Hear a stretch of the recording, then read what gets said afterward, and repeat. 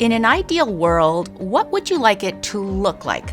We're told we live in a rules-based international order, and in many ways, some of the institutions we have today were built with that ideal in mind. Think of the United Nations. Wouldn't it be great if countries resolved their disputes peacefully and not by war? The big challenge is that not every country thinks this way. It's not a matter of whether we want to live in the world, it's the world we live in. And the reality is that three leaders, Donald Trump, Xi Jinping, and Vladimir Putin, are above 70 years old. They have this worldview.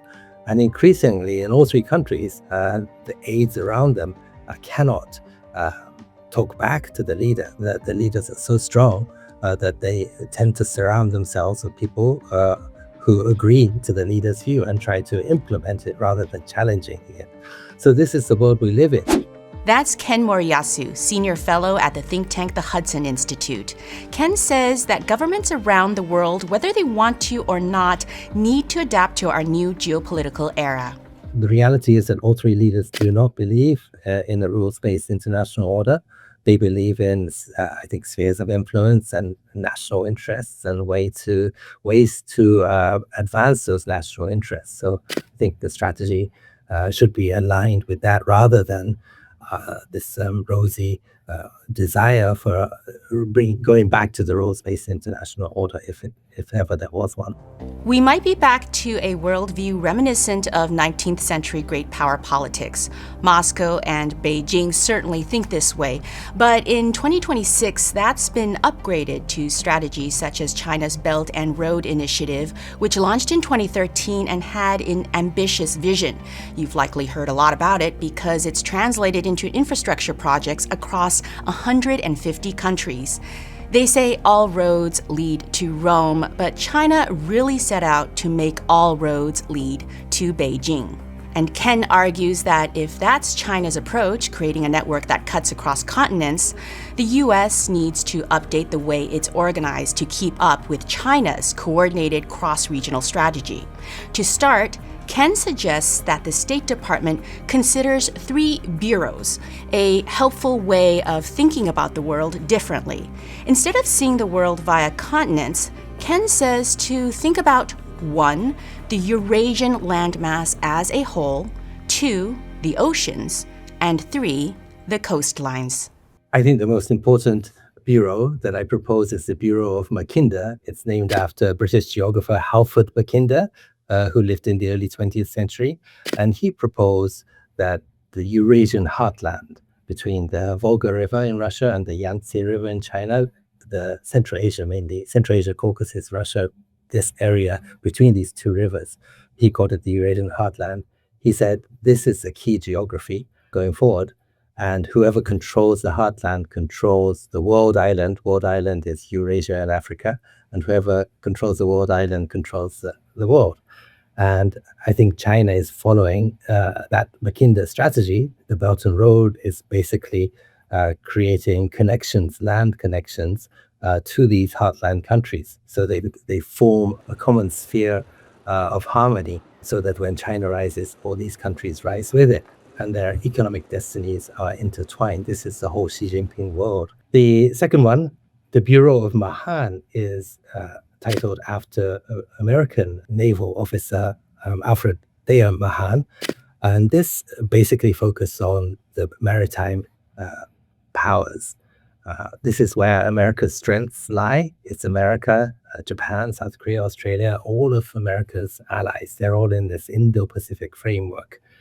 And while China, I think, is moving away from the Indian Ocean to the Eurasian landmass for its energy and its trade, I think it will continue to be important for America to bolster its strength. And this is the Bureau of Mahan can focus on keeping the advantage in the maritime sphere. They can hold meetings like the Quad with Japan, Australia, and India, the Squad with Japan, Australia, and the Philippines.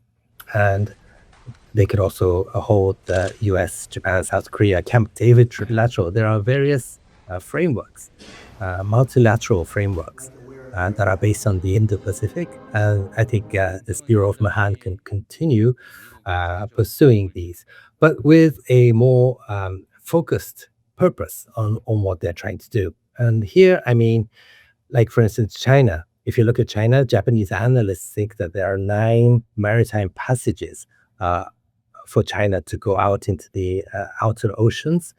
These are choke points that they go through. 5 of them are in the Japanese territorial waters or the EEZ. The others are the Sunda Strait, the Lombok, the Bashi Channel, and the Malacca Strait. So there are 9 of them. This Bureau of Mahan can coordinate with the countries along these choke points to have a coordinated strategy with China in mind.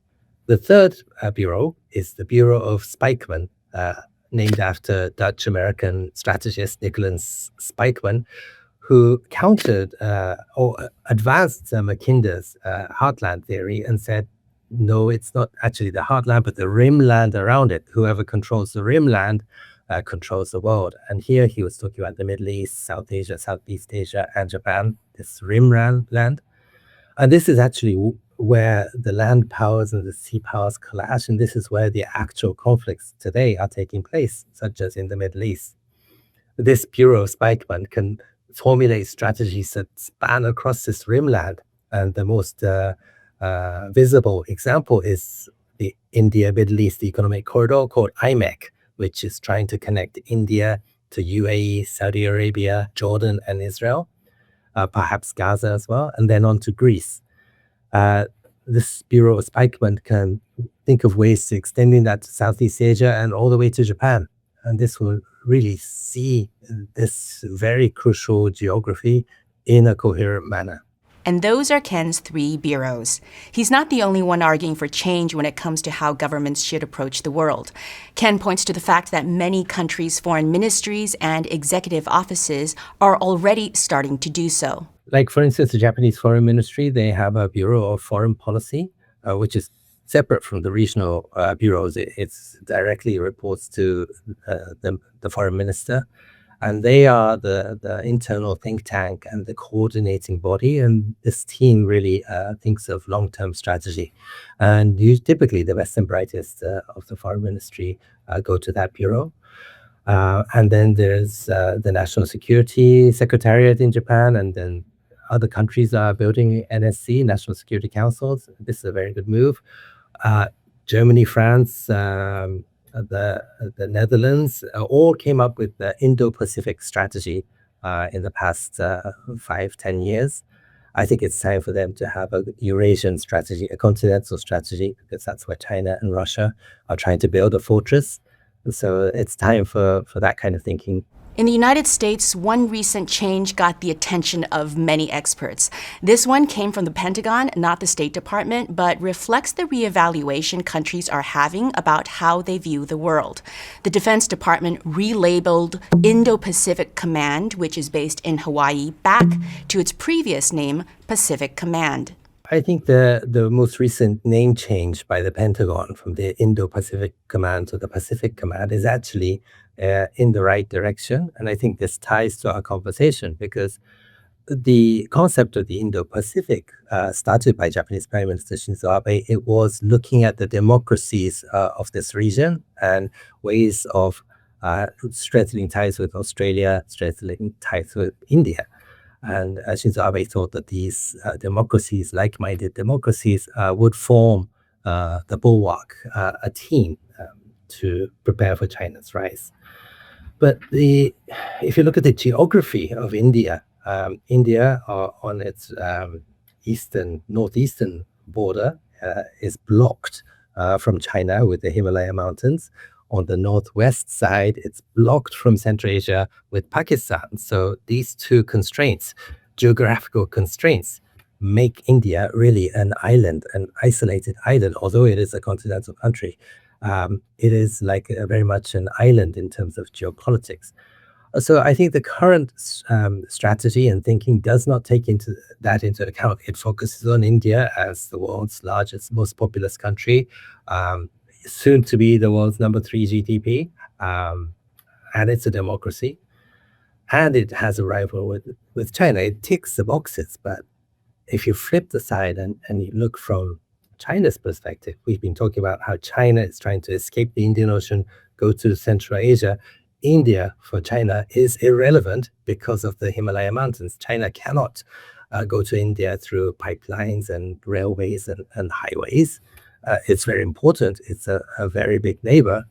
But China doesn't see India in the way it sees Central Asia. So I think there should be a separation of Central Asia and South Asia in US strategy.